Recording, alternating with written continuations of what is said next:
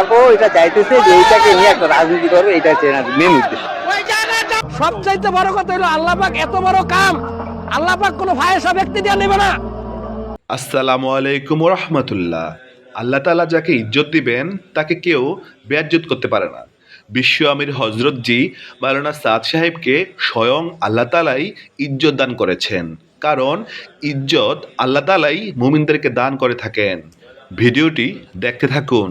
বিশ্ব আমির হজরত জি মাওলানা সাদ সাহেবকে সারা বিশ্বের লোক কি পরিমাণ মহব্বত করেন, ভালোবাসেন, তার জন্য বিশ্বের লোকেরা কি পরিমাণ পাগল। আল্লাহু আকবার।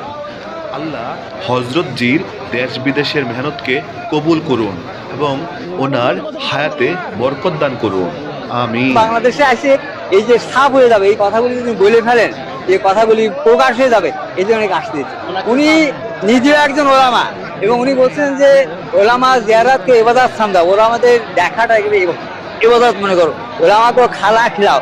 এবং 2 ঘন্টা উনি বয়ান করছেন শুধু ওই মানে খবরে পড়ে যে কোনো রকম আপনাদের মারবে, আপনারা কাউকে মারবেন না, আপনারা খানা খিলাবেন, আপনাদের উপর অত্যাচার করবে, আপনি আল্লাহর কাছে দোয়া করবেন।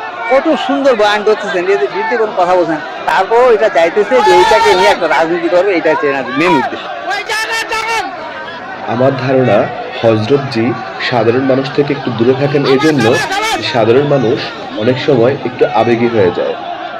আমরা বাংলাদেশের মানুষ কি নেমত হারিয়েছি। ওনার গোলামি করি না, আল্লাহর গোলামি করি। ওনাকে আমির বলে মানি। আর আল্লাহ পাক সবচাইতে বড় কথা হলো আল্লাহ পাক এত বড় কাম, আল্লাহ পাক কোনো ফায়সা ব্যক্তি দিয়ে নেবে না। যদি উনি গুনাহগার হয় ওনারা লাত্তিরা বাইর করে দিব, আর যদি উনি সত্য হয় ওনারা দিয়ে কাম নিব। এটাই হলো বাস্তব।